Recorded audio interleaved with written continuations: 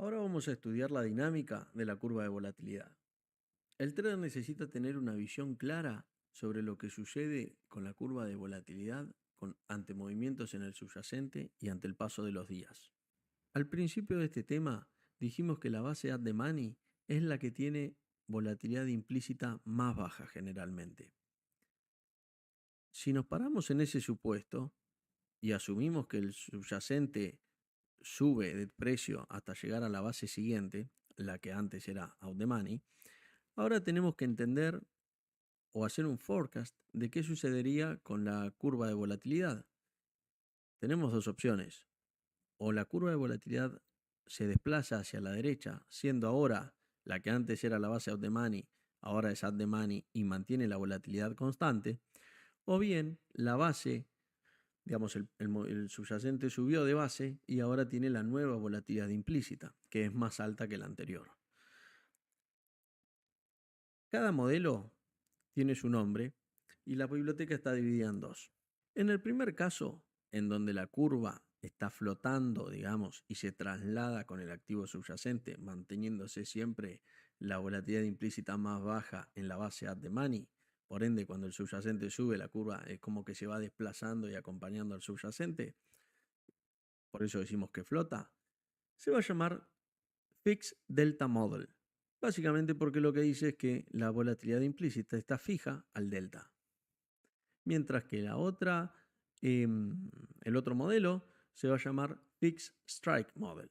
Lo que dice es que la curva está fija al strike y no a la base o al delta at the money.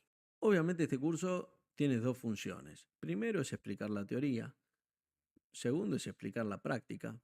Y tercero, bueno, es dar mi opinión para que a ustedes les sirva por lo menos de punto de partida para investigar y hacer su propio camino. La finalidad de este curso no es que ustedes copien mi forma de operar, sino que ustedes puedan desarrollar, con las herramientas que tienen en este curso, puedan desarrollar su propio método de operaciones. Para esto yo lo que les puedo decir es que en mi opinión y en mi experiencia, el modelo que siempre me dio más resultado y el que yo uso es el de asumir que la volatilidad implícita de la base at the money siempre se mantiene constante. Es decir, el modelo de Fixed Delta Model. Hay ocasiones cuando el activo se mueve rápido o cuando se mueve en un corto periodo de tiempo, en donde es verdad que la volatilidad implícita de la base at the money no es la más baja y cambia. Pero también es cierto que eso se arbitra en pocos trades, en pocos minutos o en algunas horas, dependiendo de la liquidez del mercado. Por ese motivo, yo de hecho muchas veces hice arbitrajes cuando hay movimientos del papel, que se mueve bastante en un día, por ejemplo, Grupo Financiero Galicia, que tiene por ahí movimientos intradiarios muy altos, y dependiendo el escenario en el que estemos, el contexto de mercado, y son arbitrajes que el mercado permite hacerlos, porque quedan desfasados los precios si asumimos, van a quedar desfasados si estamos asumiendo esta mitad de la biblioteca, ¿no? Para el que está mirando la otra mitad de la biblioteca, va a hacer los arbitrajes en el escenario inverso que lo quería yo en este caso. Siguiendo con el tema de la dinámica de la curva de volatilidad, vamos a ver dos ejemplos que lo muestran claramente. En el primer caso estamos viendo cómo la curva se desplazó lateralmente siguiendo la base at the money. Por ende, la volatilidad implícita más baja se mantiene en la base at the money. En el segundo caso, estamos viendo un ejemplo del Standard & Poor's, el SPI, cuando al bajar el precio del activo subyacente, la volatilidad subió. Esto es porque se desplazó por sobre la curva, tomando el valor que tenía anteriormente en ese strike.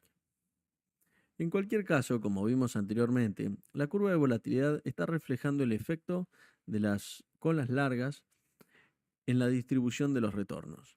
Con esto lo que queremos decir es que entendiendo el concepto anterior, podemos inferir o podemos entender por qué en uno u otro escenario las curvas se pueden mover de una u otra manera. Vamos a suponer, por ejemplo, que el precio del petróleo está en precios mínimos, cercanos a cero, como se vio hace unos meses, o si no queremos tomar el cero, que es un valor absoluto, podemos tomar un valor de mínimos históricos. Las probabilidades de moverse hacia abajo en este escenario tan claro van a ser mucho menores que el crudo vuelva a su valor medio o que suba. Por ende, podemos inferir que el movimiento de la curva en ese sentido va a ser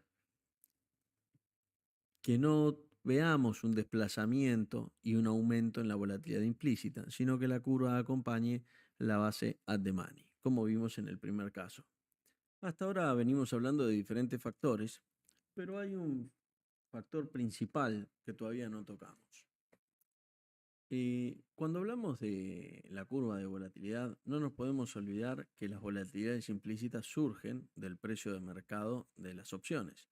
Y ese precio de mercado, como todo precio en un mercado libre, está sujeto a las leyes de oferta y demanda, es decir, a la subasta por prioridad precio-tiempo. De esta forma nosotros podemos identificar para los movimientos en la curva dos tipos de causas que hacen que esta curva se mueva, como dijimos anteriormente, que se mueva lateralmente hacia arriba, hacia abajo o hacia los costados cuando sube o baja el precio del activo subyacente. La idea de que el precio es una consecuencia de la interacción entre la oferta y la demanda es fundamental en cualquier estudio de economía. Pero esto nunca fue mencionado en nuestro modelo hasta el momento. En muchos productos, el usuario final es naturalmente long y se protege a la baja. Por ejemplo, una persona que contrata un seguro, ya sea un seguro de cosecha, ya sea un productor agropecuario que compra o que vende un futuro a plazo para cubrirse su posición natural, que es long, ¿no? Que es tener los granos, o una persona que contrata un seguro de auto. En el mercado de opciones, generalmente, las coberturas las toman los operadores y los traders que están long en otras posiciones y vienen a buscar una cobertura al mercado de opciones. No es que no se están cubriendo, sino que el mercado de opciones es la cobertura para ellos de sus otros productos y sus otras inversiones. Por otro lado, vimos anteriormente como una inversión con un portfolio de acciones quiere comprar un put out the money para utilizarlo como un seguro. Esto va a impulsar los precios y en consecuencia su volatilidad implícita. Esta situación es estática y sucede aunque el precio no haya operado. Como así también va a suceder los inversores que tienen opciones y están vendiendo calls out the money. Ellos van a presionar los precios que están por encima de las bases at the money hacia abajo.